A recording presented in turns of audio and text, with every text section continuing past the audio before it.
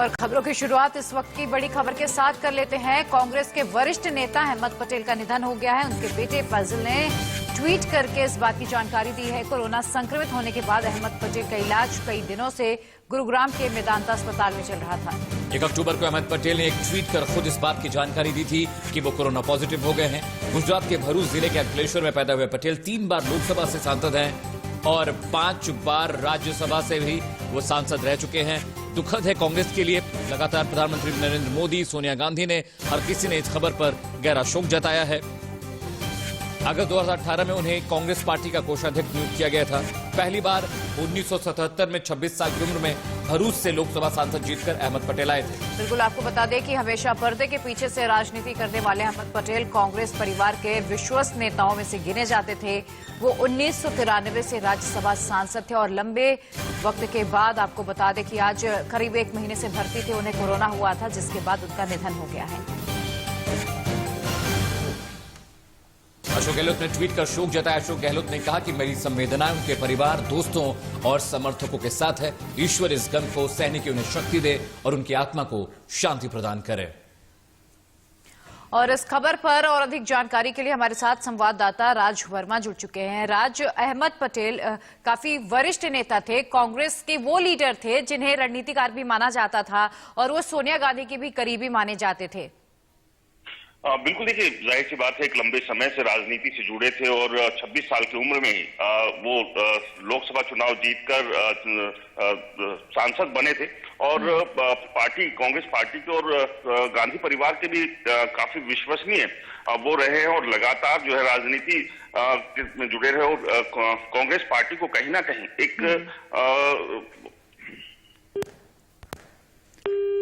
शायद कुछ टेक्निकल कारणों के चलते हमारा संपर्क टूट गया है। फिर से साधने की कोशिश करेंगे। आपको बता दें कि कांग्रेस के वरिष्ठ नेता अहमद पटेल का निधन हो गया है। प्रधानमंत्री नरेंद्र मोदी ने भी ट्वीट कर श्रद्धांजलि अर्पित की है। प्रधानमंत्री नरेंद्र मोदी ने ट्वीट किया कि अहमद पटेल जी के निधन से दुखी हूं। उन्होंने सालों तक समाज की सेवा की है। वो अपने तेज दिमाग के लिए जाने जाते थे। कांग्रेस को मजबूत करने में उनके योगदान को हमेशा याद रखा जाएगा। आपको बता दें कि उनके बेटे फैजल से बात की है प्रधानमंत्री नरेंद्र मोदी ने और संवेदनाएं जताई हैं। उन्होंने कहा ईश्वर उनकी आत्मा को शांति दे। राज वर्मा एक बार फिर से हमारे साथ जुड़ गए हैं। राज, जिस तरह से कांग्रेस में हालात इस वक्त खराब है, हर वरिष्ठ नेता इस बात की शिकायत कर रहा है कि कांग्रेस में कामकाज के तरीके पर आला कमान ध्यान नहीं दे रहा है। अहमद पटेल का जाना कितना नुकसान पहुंचाएगा कांग्रेस को इस वक्त? बिल्कुल, देखिए जाहिर सी बात है एक बड़ा नुकसान कहीं ना कहीं कांग्रेस पार्टी के लिए। एक बड़े पिलर जो है वो कांग्रेस पार्टी के रहे हैं अहमद पटेल, न केवल पार्टी के लिए और हमेशा जो है गांधी परिवार के भी खासे नजदीक रहे। उनका जो विजन रहा, पार्टी को आगे ले जाने की जो एक क्षमता रही और एक बड़े रणनीतिकार के तौर पर भी जो है उन्हें हमेशा देखा जाता रहा है। तो एक बड़ा कहीं ना कहीं नुकसान है न केवल कांग्रेस पार्टी के लिए बल्कि देश की राजनीति में भी उनका एक बड़ा वो रहा है, योगदान रहा है। तो ऐसे में उनका जाना कहीं ना कहीं एक बड़ा नुकसान है और तमाम जितने भी नेता है, प्रधानमंत्री नरेंद्र मोदी से लेकर कांग्रेस पार्टी से जुड़े हुए तमाम जितने भी नेता है, सभी ने शोक जो है वो जताया है और कहीं ना कहीं उनका जो विरोध ना ही तो पार्टी और ना ही विपक्ष या दूसरे राजनीतिक दलों में था, सभी के साथ बहुत ही बेहतर उनके संबंध रहे। आज सुबह 3:30 बजे ये दुखद सूचना जो है उनके बेटे के द्वारा दी गई कि मल्टीपल ऑर्गन फेलियर की वजह से अहमद पटेल का गुरुग्राम के मेदांता अस्पताल में निधन हुआ है। दरअसल करीब 1 महीने से वो कोरोना से पीड़ित थे। 1 अक्टूबर को जब कोरोना पॉजिटिव आए थे तो खुद उन्होंने ट्वीट कर ये जानकारी दी थी और उसके बाद उन्हें अस्पताल में भर्ती कराया गया था। लेकिन हालत उनकी जब बिगड़ने लगी तो उसके बाद 15 नवंबर को गुरुग्राम के मेदांता अस्पताल में लेकर आया गया, जहां पर वो लगातार करीब 10 दिन से वेंटिलेटर सपोर्ट पर थे। और उसी दौरान से एक जो चिंता कहीं ना कहीं परिवार और तमाम जो उनके चाहने वाले लोग हैं उनके मन में बनी हुई थी कि कहीं कोई एक बड़ी अनहोनी कल को ना हो। और वही एक जो सूचना है जो एक अनहोनी है वो आज सुबह 3:30 बजे जो जानकारी मिली कि उनका निधन हुआ है मल्टीपल ऑर्गन फेलियर होने की वजह से और साथ ही वो कोविड पॉजिटिव भी थे। तो एक बड़ा धक्का कहीं ना कहीं है देश की राजनीति के लिए, न केवल बल्कि कांग्रेस पार्टी के लिए भी कहीं ना कहीं एक बड़ा सेटबैक है, क्योंकि एक बड़ा जो पिलर है कांग्रेस पार्टी का उनका आज निधन हुआ है। बिल्कुल राज वर्मा, अभी आप हमारे साथ बने रहिएगा, आपसे लगातार अपडेट लेते रहेंगे। तो आपको बता दें कि कांग्रेस के वरिष्ठ नेता अहमद पटेल का निधन हो गया। उनके बेटे फैजल ने ट्वीट कर जानकारी दी है इस बात की, और फैजल पटेल ने ट्वीट कर यह भी कहा और एक भावुक अपील की है लोगों से कि सभी लोग कोरोना से जुड़े प्रोटोकॉल का पालन जरूर करें, भीड़ में जाने से बचें। आपको बता दें कि गुजरात से राज्यसभा सांसद और कांग्रेस पार्टी के कोषाध्यक्ष रहे अहमद पटेल को 15 नवंबर को मेदांता अस्पताल के आईसीयू में भर्ती कराया गया था और करीबन 1 महीने के बाद उन्होंने आज अंतिम सांस ली है। कांग्रेस के लिए बड़ा नुकसान देखा जा सकता है प्रिया, क्योंकि जिस तरह से कांग्रेस में बीते कुछ वक्त से सवाल उठते रहे हैं कामकाज के तरीकों पर। अहमद पटेल के अलावा कई और वरिष्ठ नेता थे जिन्होंने कांग्रेस के काम करने के तरीकों पर सवाल खड़े। गुलाम नबी आजाद ने बातें कही थी, कपिल सिब्बल ने कहा कि कांग्रेस में सब कुछ ठीक नहीं चला, लगातार चुनाव में हार हो रही थी। तो अहमद पटेल बेहद करीबी थे सोनिया गांधी के और चुनावी मशवरा देते रहते थे उन्हें।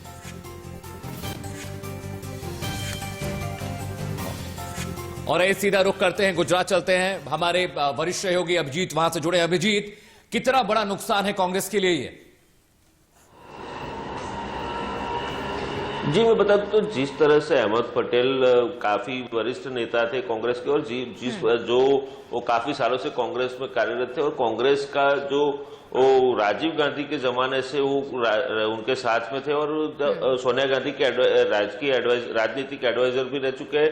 तो उनके जाने के कारण, उनके निधन के कारण गुजरात कांग्रेस को एक बड़ी कमी महसूस होगी, क्योंकि गुजरात कांग्रेस को खड़ी करने में, गुजरात में कांग्रेस को सत्ता पे लाने में अहमद पटेल का योगदान बहुत ही बड़ा रहा है। और पिछले कई सालों से वो गुजरात में सक्रिय नहीं रहे, लेकिन गुजरात कांग्रेस को एकजुट रखने में उन्होंने काफी मेहनत की और मशक्कत की है।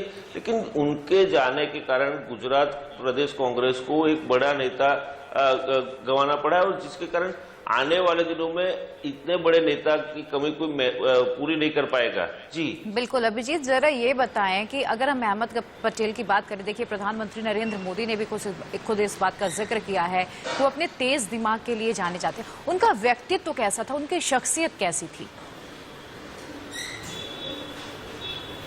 उनकी शख्सियत के बारे में बात करें तो वो एकदम सौम्य थे, और जिस तरह से सॉफ्ट कॉर्नर वाले थे, और हर एक छोटे छोटे कार्यकर्ताओं के साथ भी बातचीत करते थे और उनसे मुलाकात करते थे।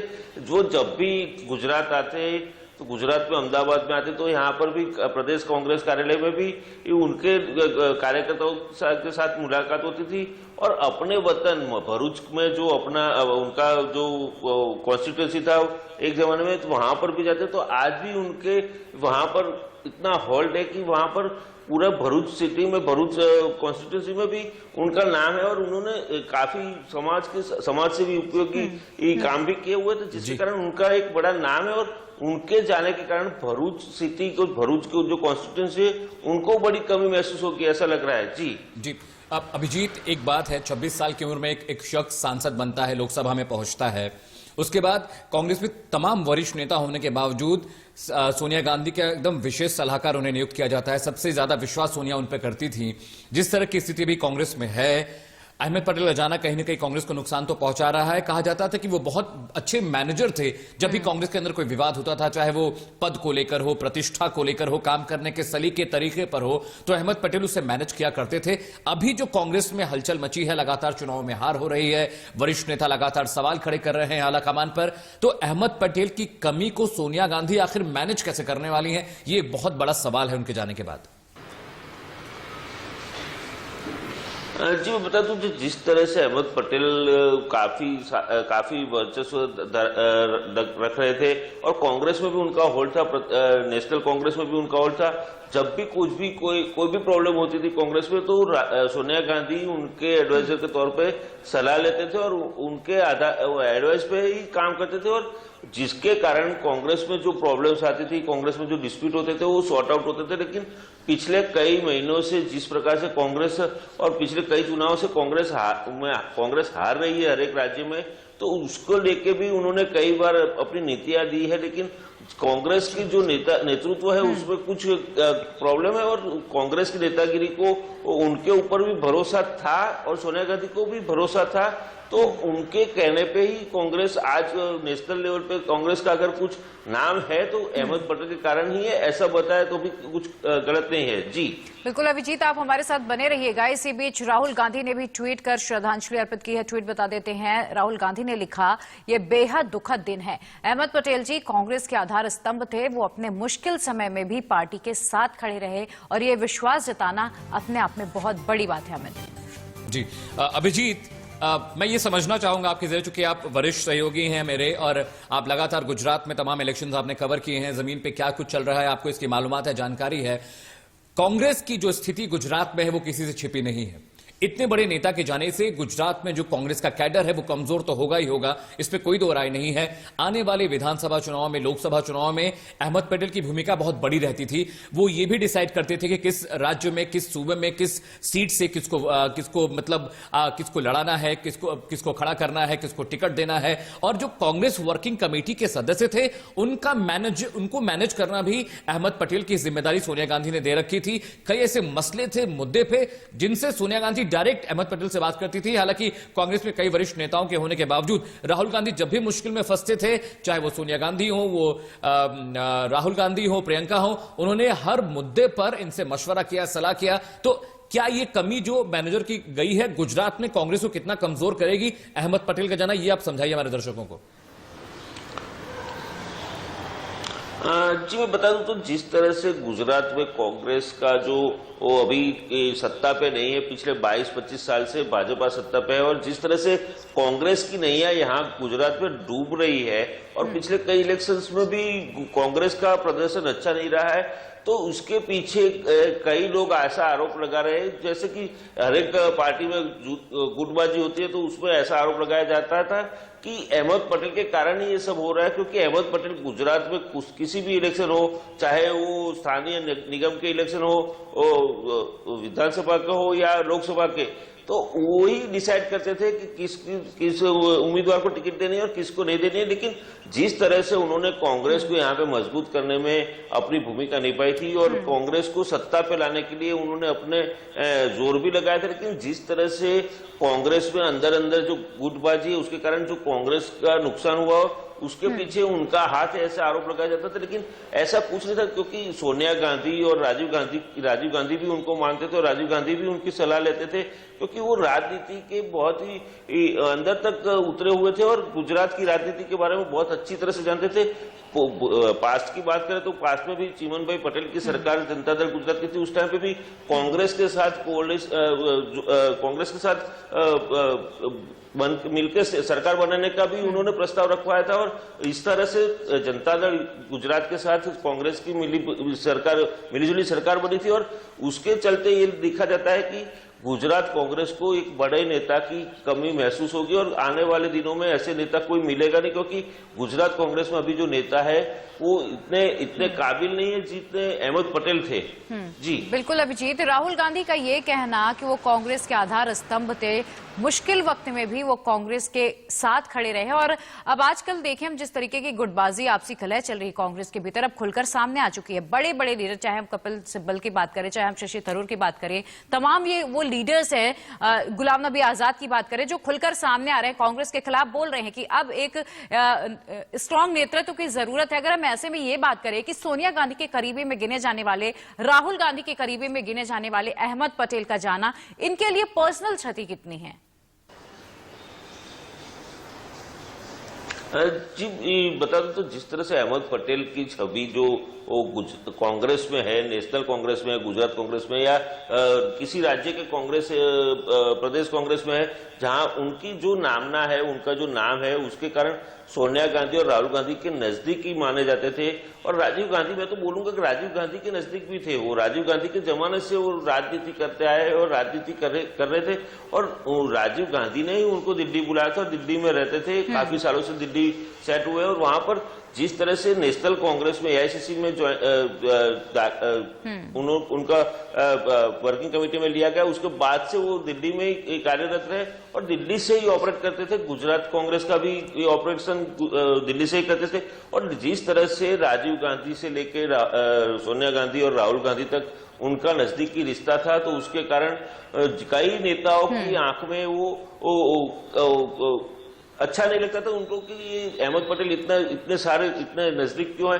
इसके कारण भी कई बार गुटबाजी हुई और पिछली बार भी कई बार पास्ट में अगर देखें तो जो राजनीति में प्रमुख पद के लिए किसी नेता के पद के लिए कांग्रेस में पद के लिए जब भी कुछ प्रॉब्लम होती है तो अहमद पटेल के सामने इशारा किया जाता था, अहमद पटेल फाइनल करते थे और उसके बाद ही सोनिया गांधी और राहुल गांधी भी उनको अनाउंस करते थे। तो इनका जाना अपने आप में पर्सनल क्षति है राहुल गांधी के लिए, सोनिया गांधी के लिए अमित, और मुझे लगता है कि अब कांग्रेस को वाकई एक स्ट्रांग नेतृत्व की जरूरत है। राजनीति में हलचल अचानक तेज हो गई है क्योंकि एक ही दिन में बीजेपी के दो बड़े नेताओं के बयानों ने अटकलें बढ़ा दी। बिल्कुल, आपको बता दें कि दरअसल महाराष्ट्र के पूर्व मुख्यमंत्री देवेंद्र फडणवीस ने कहा कि बीजेपी की अगली सरकार की ताजपोशी पिछले साल की तरह दिन निकलने से पहले नहीं बल्कि सही समय पर होगी, जिसके बाद वहां पर सियासी हलचल एक बार फिर से तेज हो गई है। आप रिपोर्ट देखिए। महाराष्ट्र के पूर्व मुख्यमंत्री देवेंद्र फडणवीस ने दावा, उधर फडणवीस के बयान से पहले सोमवार को ही केंद्रीय मंत्री राव साहेब दानवे पाटिल ने औरंगाबाद के कार्यक्रम में कहा था कि बीजेपी अगले 2 से 3 महीनों में महाराष्ट्र में सरकार बना लेगी। इसके लिए पार्टी ने तैयारी भी की है। नहीं तो तुम्हें आपको समझ में था कि सरकार येणार 2-3 महिने 2-3 महिन्यांना सरकार येणार आहे आणि कसं येणार आहे हे जर तुम्हाला पाहिजे तर बाहेर निघून प्रेसवर बसले तुम्हाला काय। एक ही दिन में बीजेपी के 2 नेताओं के सरकार बनाने के बयानों ने अटकलें बढ़ा दी हैं, लिहाजा महाराष्ट्र की राजनीति में हलचल अचानक तेज हो गई। महाराष्ट्र की ये धृतराष्ट्र के भांति रावण राज चलाने वाली ये सरकार, ये 3 दिलों की सरकार, इसे किसी को गिराने की आवश्यकता नहीं है। ये अपने आप मन मुटाव के कारण, आपसी झगड़े के कारण गिरेगी। हालांकि शिवसेना नेता संजय राउत ने दावा किया कि उनकी सरकार बाकी के 4 साल पूरे करेगी। 3 दिन की सरकार बनी थी, उसकी आज पुण्यतिथि है। आपको मालूम है क्या? जो 3 दिन की सरकार बनी थी उसकी आज पुण्यतिथि है। 3 दिन पहले बनी थी, आज के दिन मर गई। तो ये 3 दिन 30 दिन वाली बात छोड़ दीजिए, ये सरकार पूरे 4 साल पूरी करेगी। 1 साल हो गया सरकार को और 4 साल पूरी करेगी। दरअसल महाराष्ट्र में शिवसेना और बीजेपी ने मिलकर चुनाव लड़ा था, दोनों को बहुमत भी मिल गया था, लेकिन सीएम पद को लेकर शिवसेना का बीजेपी से टकराव हो गया। लंबी कश्मकश के बाद शिवसेना ने बीजेपी का साथ छोड़ दिया और कांग्रेस एनसीपी के साथ मिलकर सरकार बना ली। लिहाजा बीजेपी तब से खुद को ठगा हुआ महसूस कर रही है और वो सरकार बनाने का कोई मौका हाथ से जाने देना नहीं चाहती।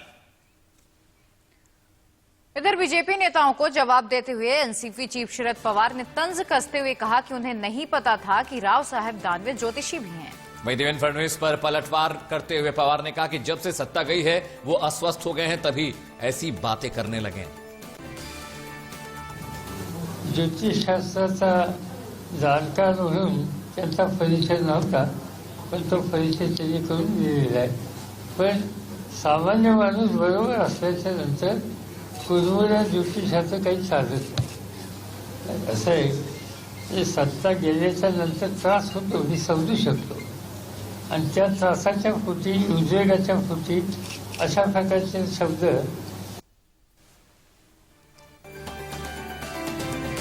उधर ओडिशा के न्यागढ़ के एक चक्रवाती तूफान निवार तमिलनाडु की तरफ तेजी से बढ़ रहा है। इस तूफान के मंगलवार से गुरुवार के बीच आंध्र प्रदेश, तमिलनाडु और पुडुचेरी के तटीय इलाकों में पहुंचने की संभावना है। मौसम विभाग ने हाई अलर्ट जारी कर कहा है कि तूफान के तटीय क्षेत्रों से टकराने से समंदर में ऊंची लहरें उठने और तेज बारिश की संभावना है।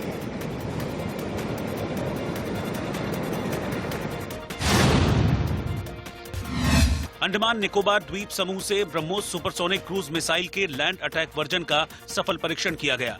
इसने दूसरे द्वीप पर मौजूद लक्ष्य को सफलतापूर्वक नष्ट कर दिया। ये मिसाइल जल, जमीन और हवा में मार करने में सक्षम है।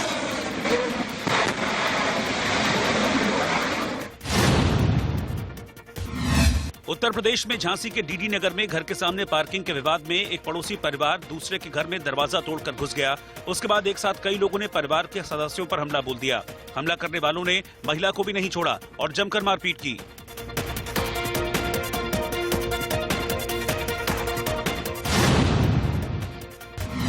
दिल्ली के जाफराबाद इलाके में बुर्का पहनी एक महिला ने नशे में बंद पड़ी एक दुकान के शटर पर ताबड़तोड़ फायरिंग की। इस घटना से मौके पर दहशत फैल गई। घटना 18 नवंबर की है और पुलिस ने आरोपी महिला को गिरफ्तार कर लिया है।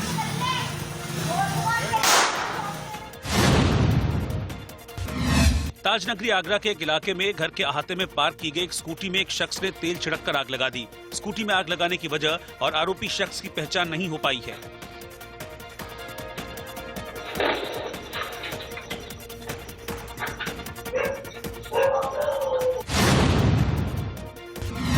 उत्तर प्रदेश में लखीमपुर खीरी के खीरी चौक परिसर में दबंगों ने एक शख्स पर हमला कर दिया और मारपीट की। इस घटना से मौके पर हंगामा खड़ा हो गया। वहीं दूसरी ओर पुलिसकर्मी तमाशबीन बने रहे।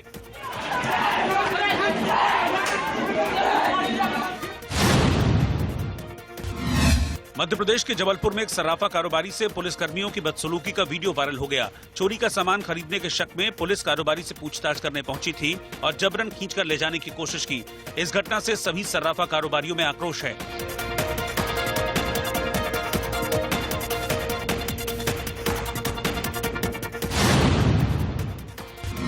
उत्तर प्रदेश में गाजियाबाद के आकाश नगर में जीडीए ने एक 3 मंजिला इमारत को जमींदोज कर दिया। गाजियाबाद विकास प्राधिकरण ने बताया कि ये इमारत अवैध रूप से बनाई जा रही थी।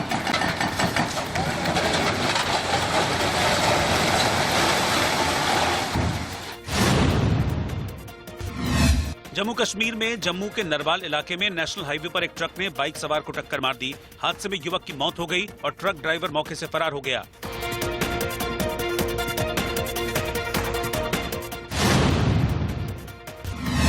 जम्मू कश्मीर में राजौरी के पीर पंजाल में लगातार दूसरे दिन भारी बर्फबारी हुई। इस वजह से सभी जगह बर्फ की मोटी चादर से ढक गई। वहीं मुगल रोड बर्फ की वजह से बंद पड़ी है।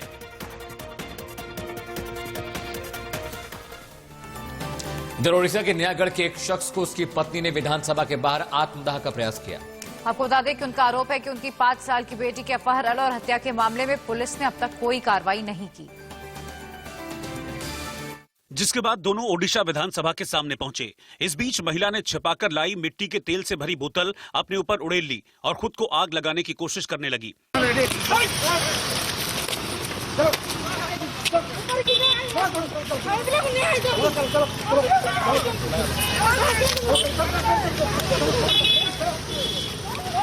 हालांकि पुलिस की मुस्तैदी से महिला को काबू में कर लिया गया और उससे केरोसिन की बोतल और माचिस जब्त कर ली गई। दंपति की पहचान अशोक साहू और सौदामिनी के तौर पर हुई है, जिनका आरोप है कि उनकी 5 साल की बेटी का अपहरण 10 जुलाई को कर लिया गया था। इसके बाद उन्होंने नयागढ़ सदर पुलिस स्टेशन में शिकायत दी, लेकिन कोई कार्रवाई नहीं हुई। 2 हफ्ते बाद उनकी बेटी का शव घर के पीछे फेंक दिया गया, जिसमें उसकी आंखें बाहर निकली हुई थी और गुर्दे निकाल लिए गए थे।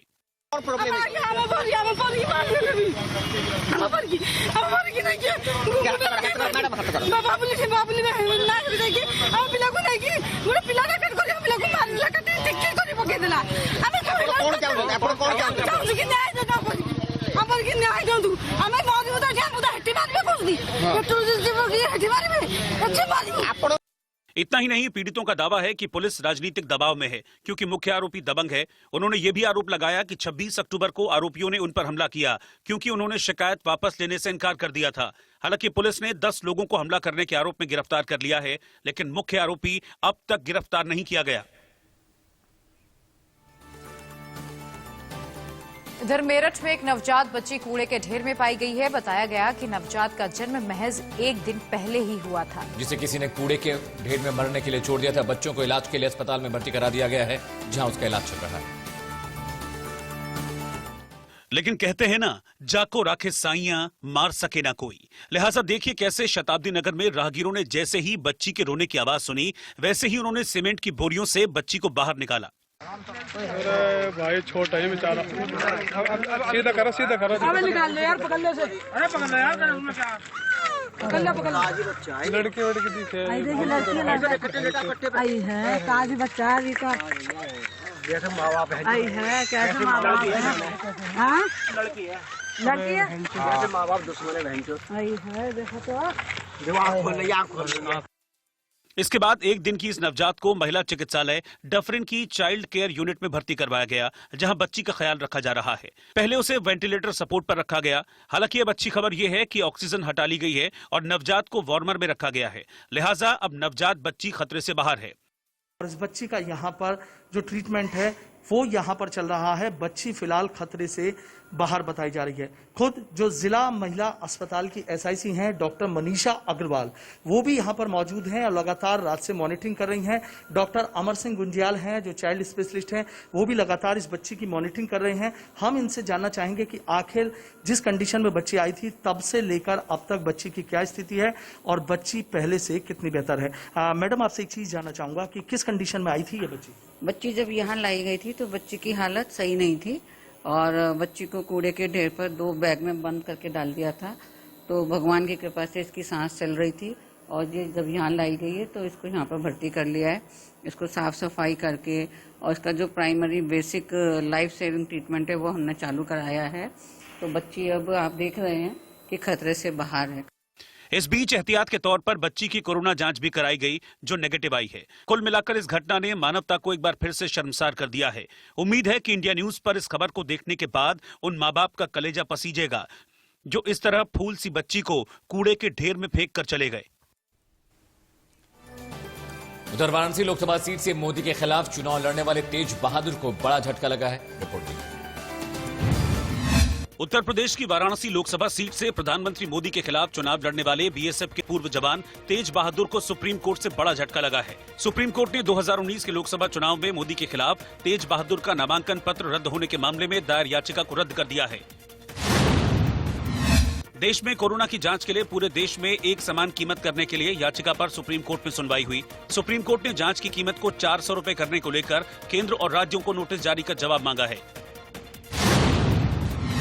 इंटास फार्मास्यूटिकल्स ने रोग प्रतिरोधक शक्ति बढ़ाने वाली पेटेंटेड थाइमोटास दवाई लॉन्च की है। ये दवाई कोविड-19 के इलाज में सहायक होगी। थाइमोटास एंटीवायरल, एंटीबैक्टीरियल, एंटी इन्फ्लेमेटरी, इम्यूनोमोड्यूलेटरी और एंटीऑक्सीडेंट के तौर पर रोग प्रतिरोधक शक्ति को मजबूत करती है और संक्रमण से लड़ती है। मध्य प्रदेश के ग्वालियर में कुछ लोगों ने मानसिक रूप से कमजोर एक महिला को खंभे से बांध दिया। घटना की जानकारी मिलने के बाद महिला बाल विकास विभाग ने महिला को आजाद करवाया। छत्तीसगढ़ में पखांजूर के रावघाट में सोमवार को मारे गए 3 नक्सलियों से बरामद हथियारों को लेकर खुलासा हुआ है। पुलिस ने बताया है कि जो हथियार बरामद किए गए हैं वो 2018 में पुलिस से छीने गए थे। इसमें X95 राइफल भी शामिल है। उत्तर प्रदेश में प्रयागराज जिले के कीटगंज इलाके में एक युवक हाई वोल्टेज बिजली के टावर पर चढ़ गया। इस वजह से मौके पर हड़कंप मच गया। युवक के टावर पर चढ़ने की वजह पता नहीं चल पाई है। राष्ट्रपति रामनाथ कोविंद ने देश की प्रथम महिला सविता कोविंद के साथ एयर इंडिया 1 B777 की पहली उड़ान में सफर किया। इससे पहले राष्ट्रपति ने एयर इंडिया 1 B777 की विधि पूर्वक पूजा की। बाद में वो आंध्र प्रदेश के तिरुपति के लिए रवाना हुए। अमेरिका के नवनिर्वाचित राष्ट्रपति जो बाइडेन ने अपनी कैबिनेट में शामिल होने वाले चेहरों का ऐलान कर दिया है। बाइडेन ने पूर्व अमेरिकी राष्ट्रपति बराक ओबामा के समय के राजनयिक एंटनी ब्लिंकन को विदेश मंत्री नियुक्त किया है। और अब बात कोरोना महामारी के कहर की कर लेते हैं। कोविड महामारी एक बार फिर देश भर में तेजी से पैर पसार रही है। खास करके दिल्ली, महाराष्ट्र और गुजरात में हालात काफी बिगड़ते जा रहे हैं। इससे चिंतित पीएम मोदी ने कमान संभाल ली है। पीएम ने सबसे ज्यादा कोरोना राज्यों के मुख्यमंत्रियों के साथ बैठक की और हालात पर चर्चा की है। पीएम मोदी ने अपने संबोधन में कहा कि कोरोना के हालात के मामले में भारत की स्थिति कई अन्य देशों से बेहतर है। आपको बता दें कि इसके साथ ही पीएम मोदी ने यह भी कहा कि वह देश को एक बेहतर वैक्सीन मुहैया कराएंगे। पीएम मोदी ने कहा कि वैक्सीन कब आएगी इस पर अभी कुछ तय नहीं है, लेकिन वैज्ञानिकों के हाथों में है कि वो जल्द वैक्सीन दे।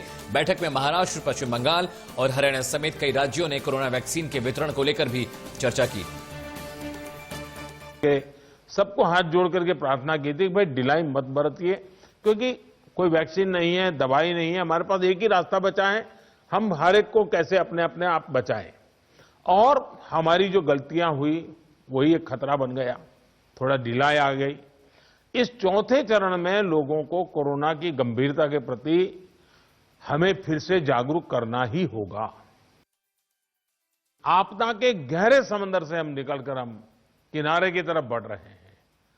हम सभी के साथ वो पुरानी जो एक शेर शायरी चलती है, ऐसा न हो जाए कि हमारी किश्ती भी वहां डूबी जहां पानी कम था।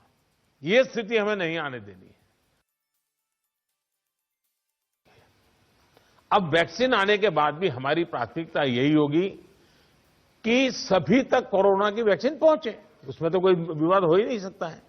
लेकिन कोरोना की वैक्सीन से जुड़े भारत का अभियान अपने हर नागरिक के लिए एक प्रकार से नेशनल कमिटमेंट की तरह है।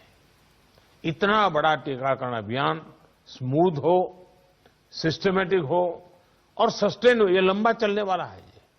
इसके लिए हम सभी को, हर सरकार को, हर संगठन को एकजुट होकर के कोऑर्डिनेशन के साथ एक टीम के रूप में काम करना ही पड़ेगा। वैज्ञानिक तराजू पर ही तोला जाना चाहिए। निर्णय उसकी जो अथॉरिटीज हैं, उन अथॉरिटीज के सर्टिफाइड व्यवस्था से ही होनी चाहिए। हम लोग समाज जीवन की चिंता करते हैं, लेकिन हम सब जानते हैं कि हम कोई वैज्ञानिक नहीं है, हम इसकी एक्सपर्टाइज हमारी नहीं है। तो हमें दुनिया में से जो व्यवस्था के तहत जो चीजें आती हैं, आखिरकार उसी को ही स्वीकार करना पड़ेगा और उसको स्वीकार करके। और दिल्ली में कोरोना का प्रकोप थमने का नाम नहीं ले रहा है। कोरोना से मरने वालों की संख्या लगातार चौथे दिन 100 के पार चली गई है। मरीजों की संख्या भी लगातार बढ़ रही है। बिल्कुल, और ऐसे में मरीजों का समय रहते इलाज करने के लिए दिल्ली के मुख्यमंत्री अरविंद केजरीवाल ने पीएम के साथ बैठक के दौरान केंद्र सरकार से 10,000 आईसीयू बेड मांगे हैं। उन्होंने प्रदूषण के चलते बिगड़ते हालात में पीएम से दखल देने की मांग की। उन्होंने कहा कि पराली जलाने वाले राज्यों पर अंकुश लगाना जरूरी है। केजरीवाल ने पीएम को बताया कि 10 नवंबर को 8600 नए मामले सामने आए थे, लेकिन अब इसमें गिरावट का रुख जारी है। केजरीवाल ने भरोसा जताते हुए कहा कि हालात पर काबू पा लेंगे। केजरीवाल ने पीएम से गुहार लगाई है कि जल्दी से इस मामले पर कुछ करें, क्योंकि जिस तरह से दिल्ली में हालात खराब हो रहे हैं, उससे बेड्स की संख्या भी बढ़ानी जरूरी है और लगातार प्रदूषण पर कंट्रोल करना भी जरूरी है। आपको बता दें, इधर आगे एक और खबर की बात कर लेते हैं। एक बच्चे का बाल कटवाने का मजेदार वीडियो सोशल मीडिया पर वायरल हो रहा है, आप भी देखिए। सोशल मीडिया पर एक बच्चे का क्यूट वीडियो वायरल हो रहा है, जिसको देखकर आप भी हंसकर लोटपोट हो जाएंगे। अक्सर देखा जाता है कि बच्चों की कटिंग कराने में माता पिता के पसीने छूट जाते हैं। बच्चे कुर्सी पर बैठते ही चीखने लगते हैं और बालों पर कैंची नहीं चलाने देते। यहाँ भी बच्चे ने रोते हुए कटिंग कराई, साथ ही नाई को धमकियां भी देता रहा। सोशल मीडिया पर यह वीडियो तेजी से वायरल हो रहा है। वीडियो में देखा जा सकता है कि बच्चा कुर्सी पर बैठकर रो रहा है और नाई उसके बाल काट रहा है। जैसे ही नाई ने उसके बालों को काटने के लिए पकड़ा तो बच्चा जोर जोर से चिल्लाने लगा। अरे दादा, ज्यादा क्यों कर रहे हो ज्यादा? मत करो। अरे यार, मैं मारूंगा तुमको। मैं तुम्हारी कटिंग करूंगा। मैं बहुत डरा हूँ। तो देख, तुम मैं कटिंग करने नहीं दूंगा। अक्सर देखा जाता है कि जब सॉफ्ट ड्रिंक खोलने के लिए ओपनर नहीं मिलता तो लोग दांत का इस्तेमाल करते हैं, लेकिन क्या आपने कभी किसी को सिर से बोतल का ढक्कन खोलते देखा है? शायद नहीं। लेकिन आंध्र प्रदेश के एक शख्स ने ऐसा करके गिनीज वर्ल्ड रिकॉर्ड बना डाला है। आंध्र प्रदेश के नेल्लोर में एक शख्स ने 1 मिनट में 68 बोतल के ढक्कन को सिर से खोलकर ये रिकॉर्ड बनाया है। सोशल मीडिया पर ये वीडियो तेजी से वायरल है।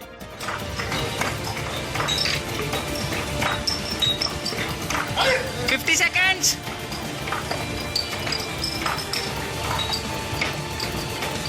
5, 4, 3, 2.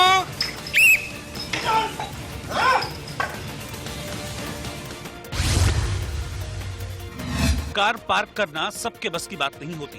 कार पार्किंग में तब और मुश्किल होती है जब आपके पास पोर्श स्पोर्ट्स कार हो, जो पलक झपकते ही रफ्तार पकड़ लेती है। सोशल मीडिया पर कार की पार्किंग का एक मजेदार वीडियो वायरल हो रहा है, जिसमें कार का ड्राइवर कार को पार्क करने की कोशिश करता है, लेकिन अचानक ही वो गलती से कार के ब्रेक की जगह रेस पर पैर रख देता है और पलक झपकते ही कार सामने खड़ी कार को टक्कर मारते हुए पास ही खड़ी एक दूसरी कार के ऊपर जाकर पार्क हो जाती है।